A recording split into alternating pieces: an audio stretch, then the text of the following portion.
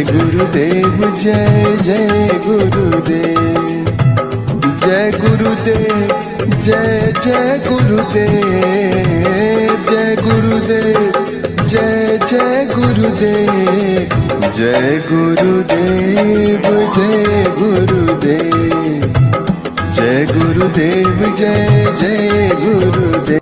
थोड़ी खुर्ची सर, बस भरपूर।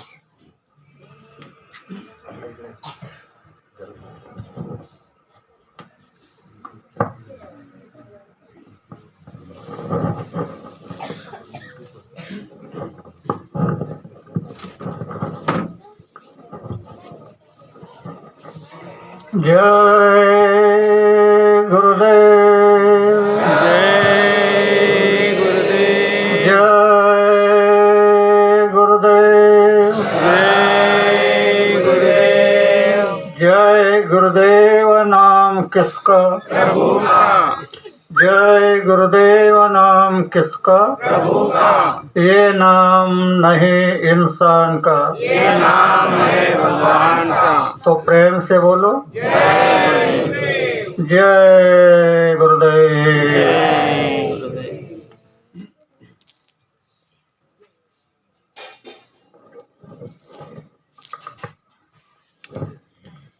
सबसे पहले योग परिवर्तक परम संत बाबा जय गुरुदेव जी महाराज, इनके चरणों में शत कोटि प्रणाम करता हूँ।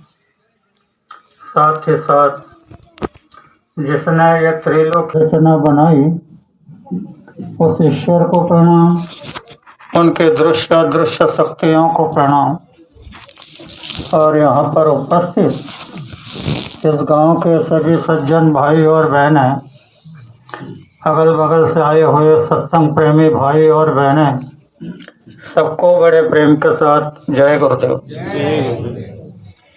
प्रेमियों, आप सोच रहे होंगे कि हर समय शाकाहारी का प्रस्ताव रखा जाता है। आप जानते हो कि समय बलवान होता है। कहा जाता है समय समय बलवान, भिलने लुटी गोपी का, वही अर्जुन वही बाण। एक समय था जिसको 10-11 बच्चे होते थे तो सरकार उनको उनका आदर्श करती थी, उनका सम्मान करते थे। आज ये समय है कि हम दो हमारे दो। आप ध्यान से सुनो। अगर आप अपने बच्चों से बेइम्तिहान प्यार करते हो, ऊंची से ऊंची बुलंदियों को छूते हुए सज्जन और चारित्रवान बनाना चाहते हो, तो उनके खान पान पर ध्यान दो। क्या आपने मांसाहार के होने वाले दुष्परिणामों को समझा? नहीं। तो ध्यान से सुनो। आजकल देश और दुनिया में जितने भी बच्ची और बच्चों का चारित्र बना हुआ, उनमें 99% बच्चे मांसाहारी पाए गए। दोष उनका नहीं, दोष उस गलत खान पान का है जो आपने बड़े शान और शौक से खाया और उन मासूमों को खिलाया। नतीजा ये हुआ, मांस, मछली, अंडे जैसी गंदी और गर्म चीजों ने बच्चों के संस्कारों को बदल दिया। बच्चों का चारित्र पतन हो गया। उन्होंने घर परिवार की इज्जत को मिट्टी पलोत कर दिया। तो ए माताओं और बहनों, अगर आप अपने बच्चों का चारित्र बनाना चाहते हो, समाज में एक आदर्श माता पिता कहलाना चाहते हो, तो आज ही बाबा जी की बात को मान लो। शाकाहारी हो जाना, नशीली चीजों को त्याग देना, बच्चों का चारित्र भी बन जाएगा और समाज का स्वास्थ्य भी बन जाएगा। आज इस धरती पर जगह जगह रावण चौराहे चौराहे दुर्योधन मंडरा रहे हैं। किसी की बहू बेटी सुरक्षित नहीं। माँ बहनों की पहचान भुला दे, ऐसे नशीली चीजों का सेवन हो रहा है। अधर्म अपने चरम सीमा को लांघ रहा है। हे भारतवर्ष की माताओं और बहनों, अगर कोई मुसीबत आ जाए, कोई पापी अधर्म के रास्ते पे उतर आए, लाज बचाने का कोई सहारा ही ना हो, तो 10 बेला उस मालिक को जय गुरुदेव नाम से पुकारना। उसे क्षण मदद ना मिले तो बाबा जी को बाबा जी मत कहना। जय गुरुदेव।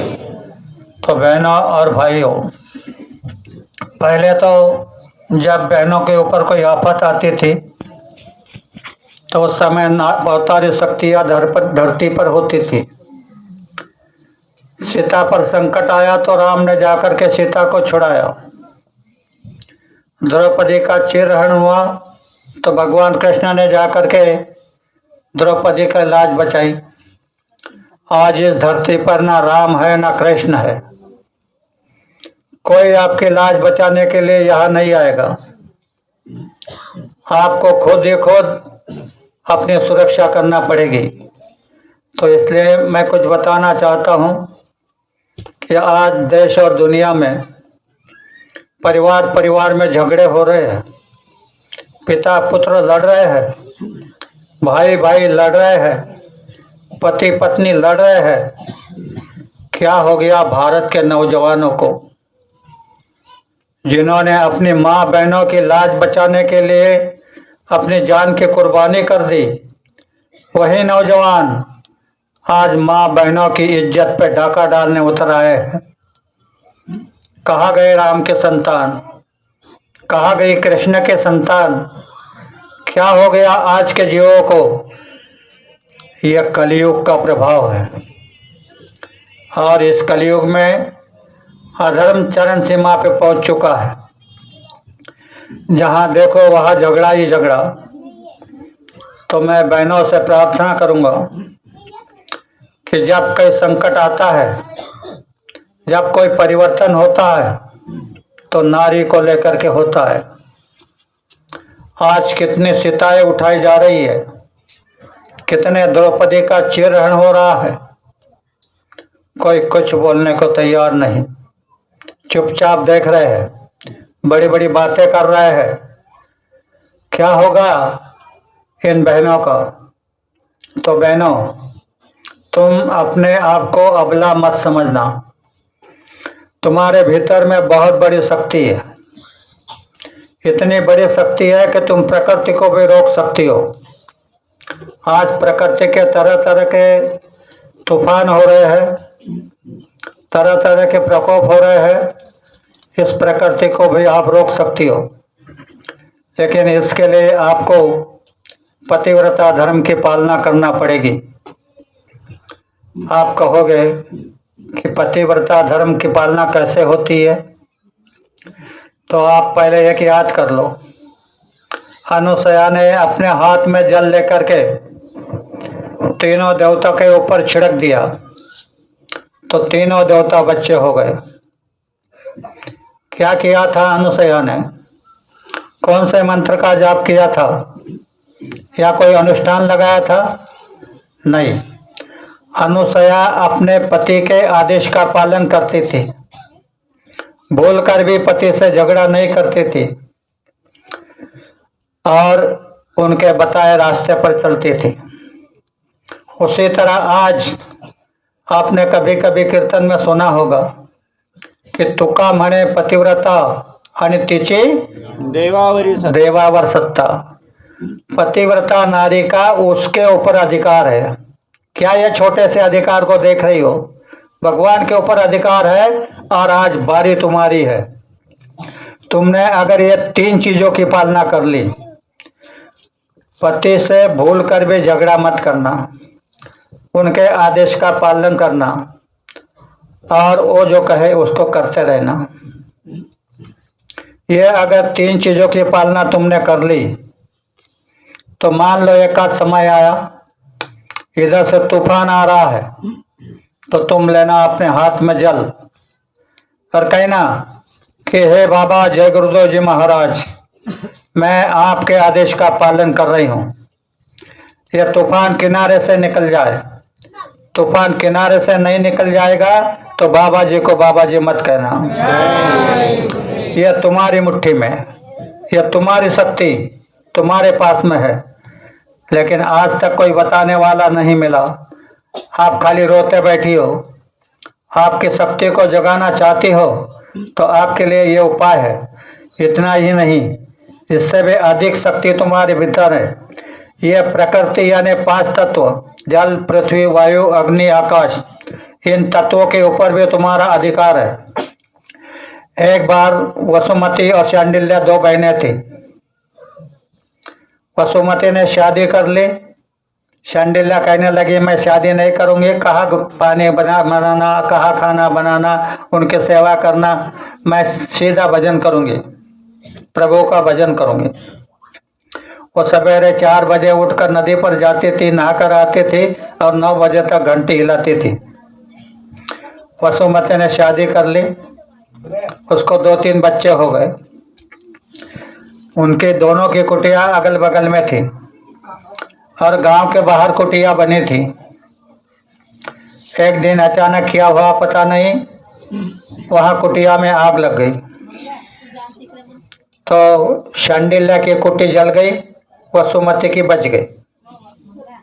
शांडिल्य कहने लगी कि मैं इतनी भगवान की सेवा कर रही हूँ, दिन रात पूजा कर रही हूँ, मेरी कुटी जल गई और ये बच्चे के लिए झूठ बोलती है, धोखा देती है, बेईमानी करती है, इसकी कुटी बच गई।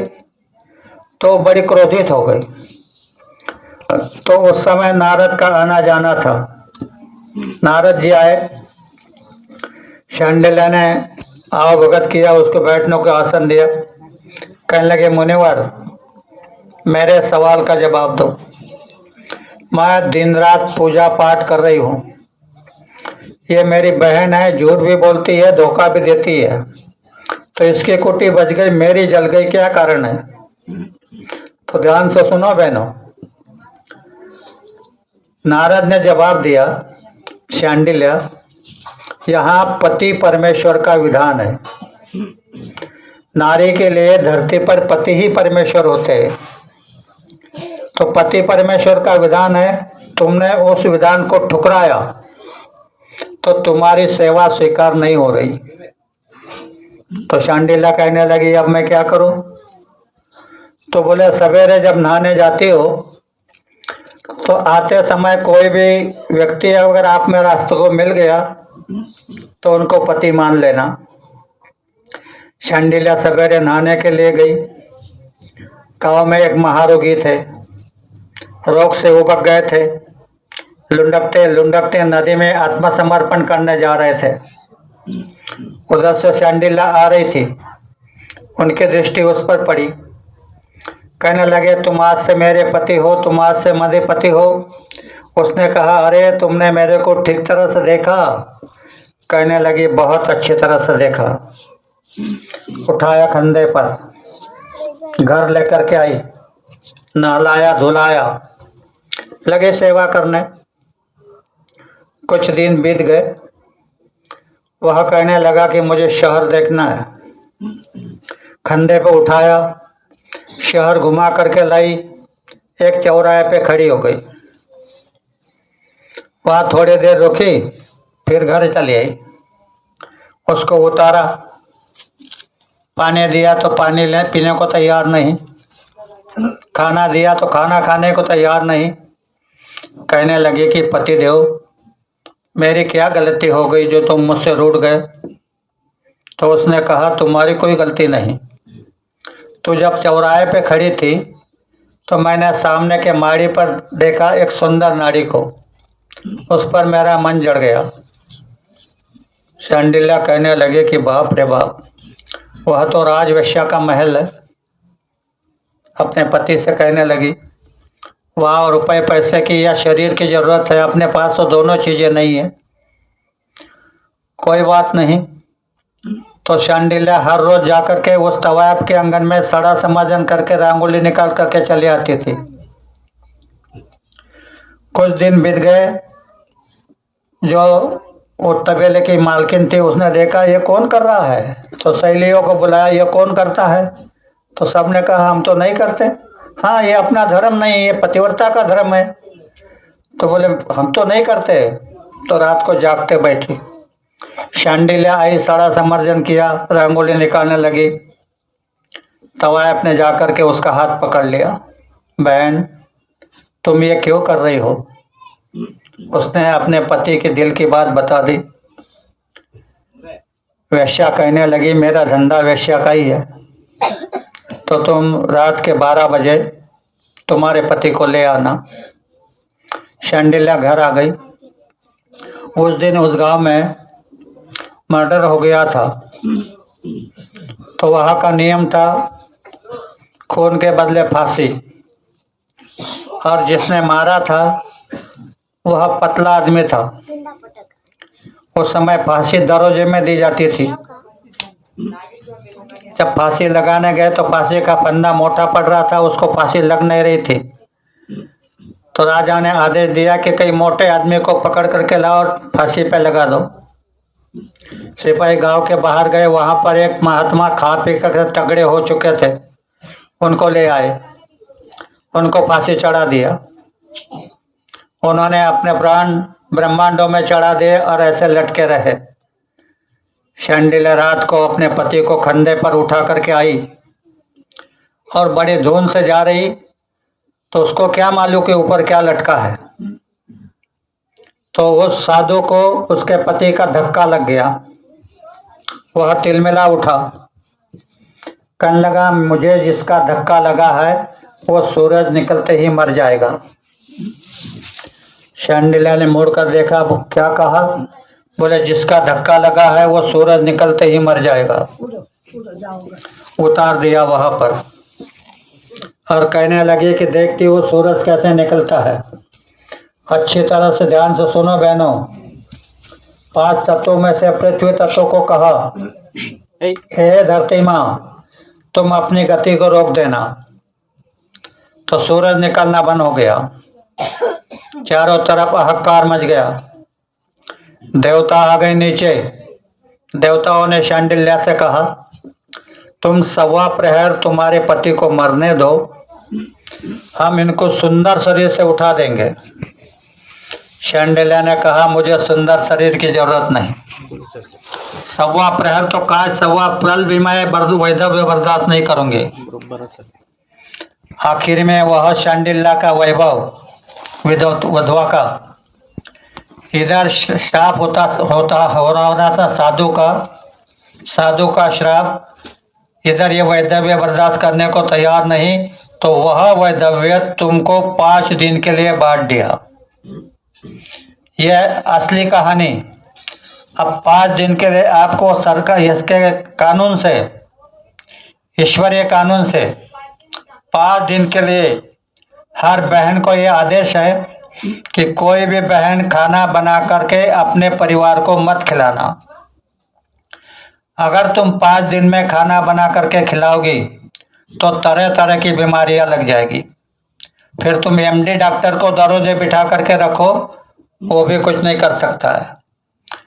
इस तरह से मैं ये बताना चाहता हूँ कि अगर आपने पतिव्रता धर्म की पालना कर ली तो ये पूरे 5 तत्वों के ऊपर तुम्हारा अधिकार हो जाएगा।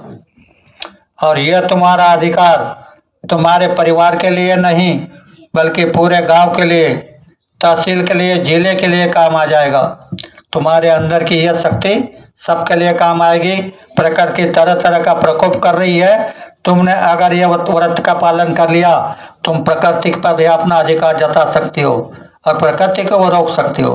तो भाइयों और बहनों, भाइयों से भी आप कह रहे होगी कि हमको बता रहे हो, और उनको, तो भाइयों को भी आदेश है, कोई भी भाई अपनी पत्नी को लक्ष्मी समझे। यह नहीं कि शराब पी लिया, गाली गलौज कर दी। अपने पति को लक्ष्मी समझना। पहले तो पत्नी को लक्ष्मी कहा जाता था, कोई किसी के घर गया तो पूछते थे लक्ष्मी जी कहाँ गई, बता देते थे कहीं नदी पर गई या खेत में गई। धीरे धीरे उसको ये ख्याल करना था ईश्वर को, तो उसने लक्ष्मी नाम को बर्बाद कर दिया।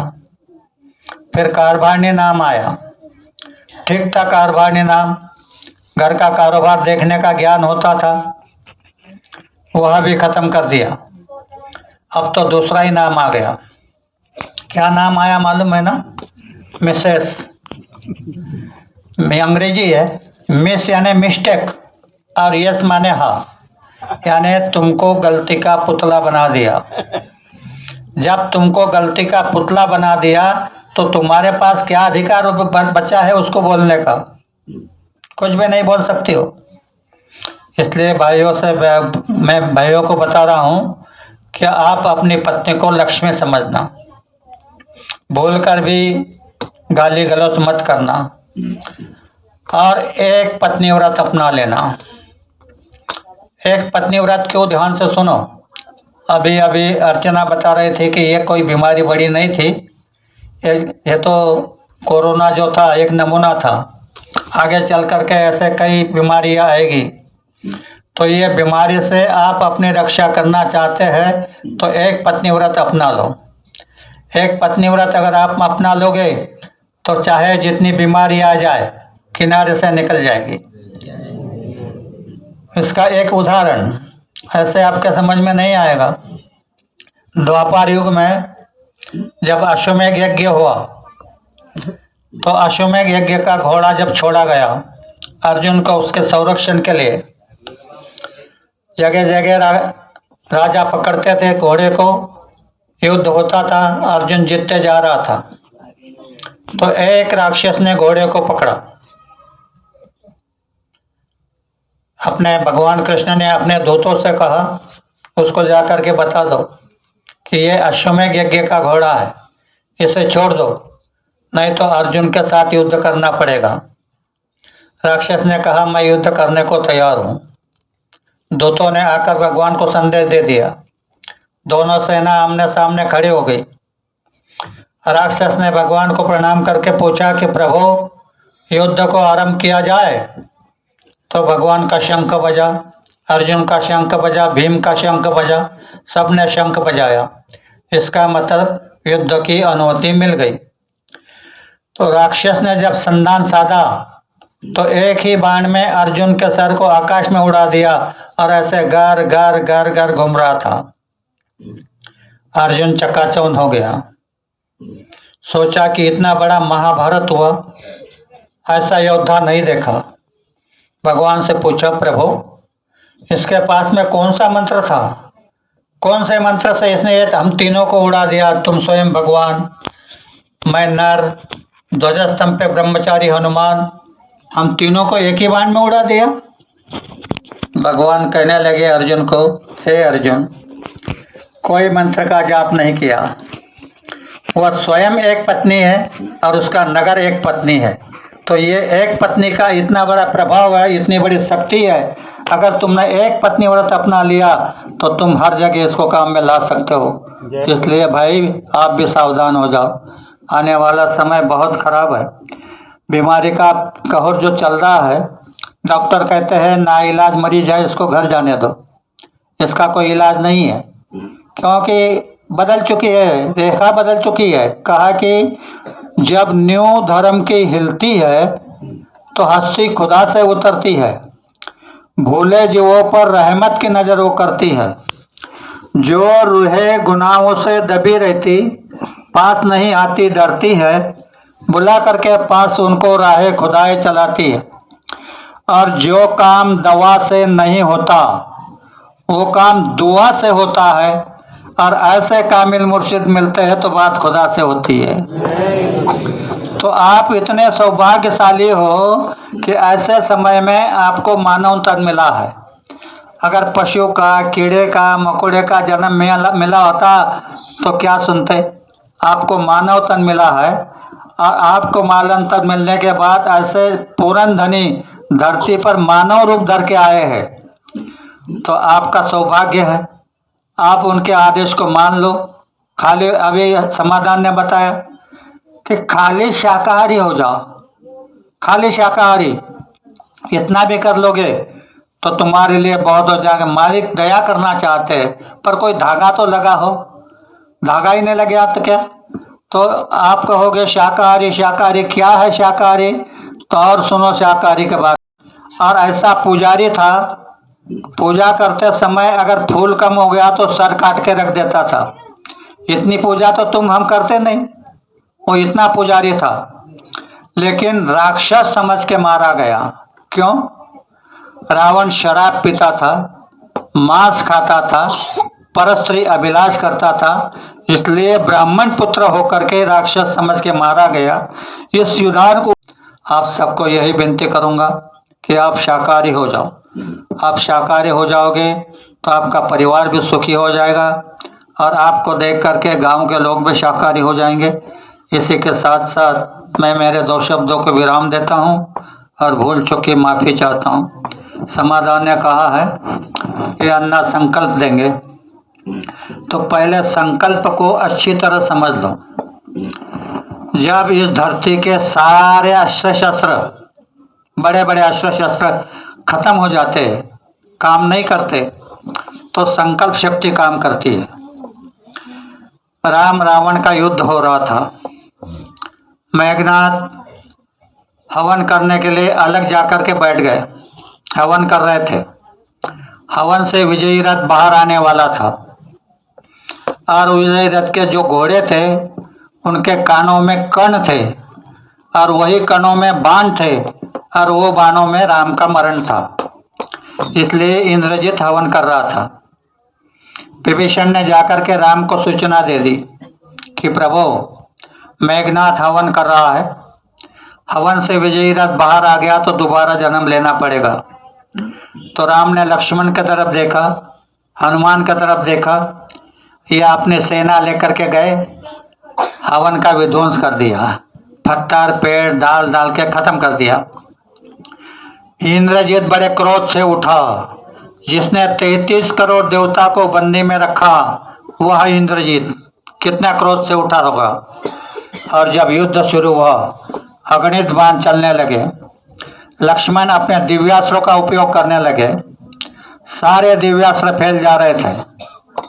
लक्ष्मण ने देखा अब इंद्रजित अटकने वाला नहीं, तो उन्होंने वही तुनिर से बाण निकाला और वही चाप पर चढ़ाया और संकल्प किया। क्या संकल्प किया? अगर राम एक पत्नी मर्यादा पुरुषोत्तम है, माँ सीता पतिव्रता है, हनुमान ब्रह्मचारी है, मैं 14 वर्ष निराहार हूँ, तो एक ही बाण में इंद्रजित का सर धड़ से अलग हो जाएगा। संकल्प काम कर गया, इंद्रजित का सर धड़ से अलग हो गया। आपको ये शंका होगी कि यह तो बहुत पुरानी बात है, का राम रावण का समय वो, आपका समय क्या, अब ये बात कैसे होगी? ये भी सुन लो।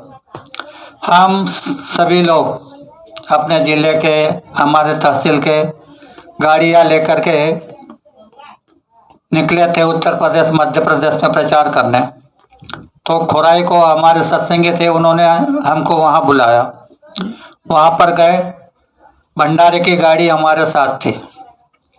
जाने में देरी हो गई। मैंने अर्चना से कहा बेटा 2 प्रार्थना सुना दो। अर्चना प्रार्थना सुनाने लगी। उधर भंडारियों ने 1 सिलेंडर के जगह 2 सिलेंडर लगा दिए, जल्दी से खाना बन जाएगा। अब एक प्रार्थना समाप्त हुई, तब से सिलेंडर ने आग पकड़ ली। उसको बुझाने में लगे तो दूसरे सिलेंडर ने आग पकड़ ली। बगल में 16 लीटर गोड़े तेल का डिब्बा पड़ा था, वो भी पिघल गया, तेल नीचे आ गया, वो भी जलने लगा। ज्वालाएं टेंटों में आने लगी, कॉलोनी वाले लोग भागने लगे। हमारे सारे प्रेमी जय गुरुदेव करके इसके ओर जाने लगे, सिलेंडर के ओर। हम बाहर आए, देखा दृश्य बड़ा भयानक था, हृदय फट रहा था कि अब क्या करें। अचानक याद आई कि संकल्प शक्ति काम करती है, तो मैंने संकल्प किया, गुरु महाराज से कहा कि हे मालिक, ये आपके आदेश से धर्म प्रचार के लिए निकले हैं, अपने खर्चे से निकले हैं, इनको किसी पैसे की जरूरत नहीं है, किसी सम्मान की जरूरत नहीं है, प्रतिष्ठा की जरूरत नहीं है। ये होता नहीं, ऐसे आज भी हो सकता है। इसलिए संकल्प की बात आ गई तो मैं अपने इनके कहने के अनुसार, समाधान के कहने के अनुसार आपको संकल्प देता हूँ। आप वहीं बैठ बैठ करके मेरे पीछे बोलना। बोलो जय गुरुदेव। गुरुदेव। हे गुरुवर, हे गुरुवर, हम सबको सच बुद्धि दे, हम सबको सच बुद्धि दे, सच बोलने का ज्ञान दे, सच बोलने का ज्ञान दे, सत स्वरूप का अभ्यास दे, सच स्वरूप का अभ्यास दे, सत कर्तव्य करने की शक्ति दे। सत कर्तव्य करने की शक्ति दे। हे भगवान, हे भगवान, हमारे अंदर जो कुछ कमी नजर आती है, जो कुछ कमी नजर आती है उसमें हमारा ध्यान लगाकर, उसमें हमारा ध्यान लगाकर उसे पूर्ण करने का साहस दे, उसे पूर्ण करने का साहस दे। हे बाबा जय गुरुदेव जी महाराज, हे बाबा जय गुरुदेव जी महाराज, हम कलयुग के अज्ञान जीव है, हम कलियुग के अज्ञान जीव है, ना धर्म जानते हैं, ना धर्म जानते हैं, ना कर्म जानते हैं, ना कर्म जानते हैं, ना वर्म जानते हैं, ना वर्म जानते हैं। जाने अनजाने जाने अनजाने हमसे जो गलतियां हो गई, हमसे जो गलतियां हो गई उसे माफ कर देना। उसे माफ कर देना। हे विश्व धर्म को नियमन करने वाले परमात्मा, हे विश्व धर्म को नियमन करने वाले परमात्मा, हम तुझको स्मर के प्रतिज्ञा करते हैं, हम तुझको स्मर के प्रतिज्ञा करते हैं, आज से हम मांसाहार नहीं करेंगे, हम मांसाहार नहीं करेंगे, नशीली चीजों का सेवन नहीं करेंगे, नशीली चीजों का सेवन नहीं करेंगे। अंत समय में तुझ में समरस हो जाऊं, तुझ में समरस हो जाओ, यही हमारा उद्देश्य है, यही हमारा उद्देश्य है, यही हमारा ध्येय है। यही हमारा ध्येय है। इसे पूर्ण करने हमें शक्ति दे, वरदान दे, हमें शक्ति दे, वरदान दे, शक्ति दे, वरदान दे, शक्ति दे, वरदान दे। जय गुरुदेव। जय गुरुदेव। प्रेमी भाइयों और बहनों, अगर आप में कोई शाकाहारी बनना चाहते हैं तो यह संकल्प आपको दिया है। आप शाम को अपने घर के सारे काम निपट करके जब चारपाई पे जाओ तो एक माला जय गुरुदेव नाम की करना। सवेरे उठ गए तो वही चारपाई पर बैठ करके एक माला जय गुरुदेव नाम की करना। मांसाहार से दूर रहना, नशीली चीजों का सेवन मत करना, 8 महापुरुषों के बताए रास्ते चलना। ये हमारे पुराने भाई और हमको बाबा जी ने 8 माला का, सवेरे 8 शाम को 8 माला का आदेश दिया है। ये धड़क योजना में आपके लिए खाली 2 माला, तो आप माला करने वाले को जो मिलेगा वही आपको मिल जाएगा। जय गुरुदेव।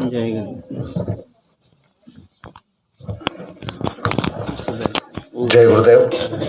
आता एक चेतावनीपर प्रार्थना होईल, त्यानंतर आरती होईल। अर्चना ताई त्या ठिकाणी येतील, एक चेतावनीपर प्रार्थना घेतील। जय गुरुदेव।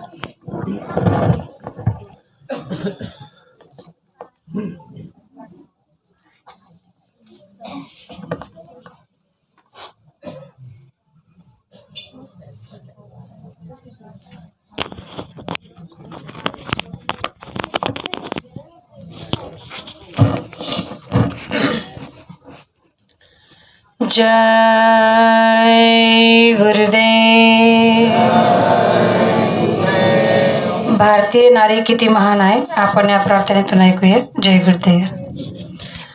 बसली साशिका स्वस्थ भगिनी, टोकता ललकारी, तू हिंद भूमीची नारी। कागेशी अबला म्हणून दुर्बलताई तुझ गारी, तू हिंद भूमी भूमीची नारी. पहा पूर्व इतिहास तुझे सामर्थ्य किती तरी थोर, सामर्थ्य किती तरी थोर. सीता अनुसया राणी लक्ष्मी रूप तुझेची अपार, रूप तुझेची अपार. तव ते जाणे हा जडके भारत आज जगा माझा रे. तू हिंद भूमीची नारी. तुझ्या कुशीतून इथे जन्मले रामकृष्ण बुद्धादी, रामकृष्ण बुद्धादी. राष्ट्रसंत ज्ञानेश तुकोबा सुभाष टिळक गांधी, सुभाष टिळक गांधी. विसरलीस अधिकार तुम्हाते जगताला उद्धारी. तू हिंद भूमीची नारी. तोड खडा कड रूढी बंधने अनिष्ट जे हित शून्य, अनिष्ट जे हित शून्य. तुझे तूच उत्थान करुनी जगी पुन्हा हो धन्य, जगी पुन्हा हो धन्य. या सांप्रत काळी तूच पेटवे क्रांतीची चिनगारी. तू हिंद भूमीची नारी. तुझ्या विना संसार न चाले, तुला नसे काढावे, तुला नसे काढावे.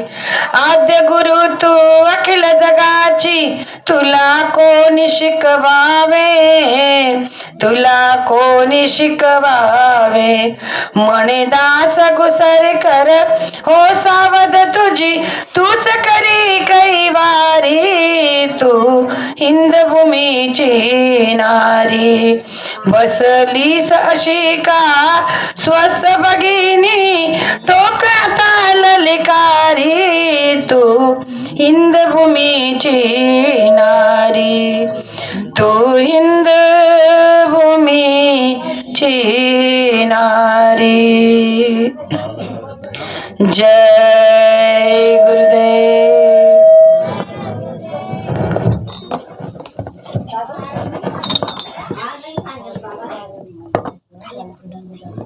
जय गुरुदेव. आता एक राष्ट्रवंदना या ठिकाणी होत आहे. लगेच आरती आपण घेऊ. जय गुरुदेव. तन मन धन से सदा सुखी हो भारत देश हमारा. सभी धर्म अरु पंथ पक्ष को दिल से रहे प्यारा. विजयी हो, विजयी हो, विजयी हो भारत देश हमारा. निर्भय हो यह देश की माता, मंगल कीर्ति कराने. सत्यशील और निर्मल मन से वीरों को उपजाने. सद्गुणी हो यह देश की जनता, जीवन सुख सजवाने. रंक राव पंडित भिखारी, सबको सुख दिलवाने. विजयी हो, विजयी हो, विजयी हो भारत देश हमारा. स्पृश्य हटे यह सारा, देश कलंक मिटाने. सबके मन कर्तव्यशील हो, धन उद्योग बढ़ाने.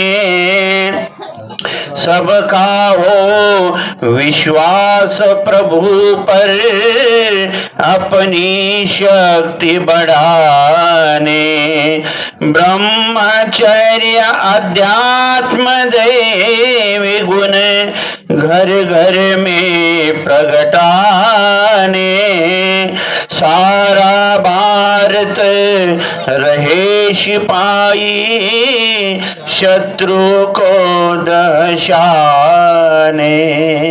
तुकड्या दास कहे स्फूर्ति हो, सबको भक्ति कराने, विजयी हो विजयी हो विजयी हो भारत देश हमारा, तन मन धन से सदा सुखी हो भारत देश हमारा, भारत देश हमारा. सर्व प्रेमींनी आता एक 7 आरती म्हणायची आहे. ज्यांची आरती पाठ नसेल त्यांनी गुरु महाराजांच्या प्रतिमेचं फोटोचं आपल्या अंतर्मनामध्ये ध्यान करायचं आहे, आणि ज्यांची आरती पाठ असेल त्यांनी आमच्या सोबत आरती म्हणायची आहे. जय गुरुदेव. विनय करू मैं दो करे जोरे, सतगुरु द्वारे तुम्हारे, बिन धूप दीप आरती साजू, दो अखियन मझधारे, भाव सहित नित बैठ झरोखे, जो हत प्रियतम प्यारे, पग ध्वनि सुनो श्रवण ही अपने, मन के काज बिसारे, जागी सूरत पियत चरणामृत, पियत पियत हुए न्यारे, घंटा शंख मृदंग सारंगी, बंसी बीन सुनायो, जय गुरुदेव आरती करती, गावत जय जयकारे, विनय करूं मैं दो करे जोरे, सतगुरु द्वारे तुम्हारे, दाता द्वारे तुम्हारे, मालिक द्वारे तुम्हारे. जय गुरुदेव. जय गुरुदेव. जय गुरुदेव. सर्व प्रेमींना अगोदर एक महत्वाची सूचना आहे की आज 20 जानेवारी आहे आणि आज या 20 जानेवारी रोजी या ठिकाणी सत्संग होत आहे. तर तरडी संघाचे जे प्रेमी होते त्यांची इच्छा अशी आहे की 20 जानेवारी ही आम्ही नेहमी वार्षिक कार्यक्रमाच्या रूपाने आम्ही सत्संगाचा कार्यक्रम करत जाऊ असे त्यांनी या ठिकाणी विनंती केलेली आहे. तरी 20 जानेवारी हा कायमस्वरूपी तरडी संघाचा वार्षिक कार्यक्रम राहील याची सर्वांनी नोंद घ्यावी. जय गुरुदेव. येत्या रविवारी शाकार प्रचार रॅली लोणी पंचक म्हणजे पंचकला सुरुवात होईल आणि आडावरला त्याचे समापन होईल. या रॅलीच्याही लोकांनी नोंद घ्यावी. जय गुरुदेव. आता साखरेचा प्रसाद आपल्याला ठिकाणी जागेवर वितरण होईल. तो घेतल्यानंतर मंडपामध्ये भगिनींची भंडारा भोजनाची व्यवस्था आहे. मंडपाच्या बाहेर 3 लाईनी बंधू लावतील शेवटपर्यंत. ते 3 लाईनी भगिनींच्या राहतील भंडारा भोजनाच्या. गावातील ग्रामस्थांनी अगोदर वाढपीसाठी मदत करायची आहे. जय गुरुदेव.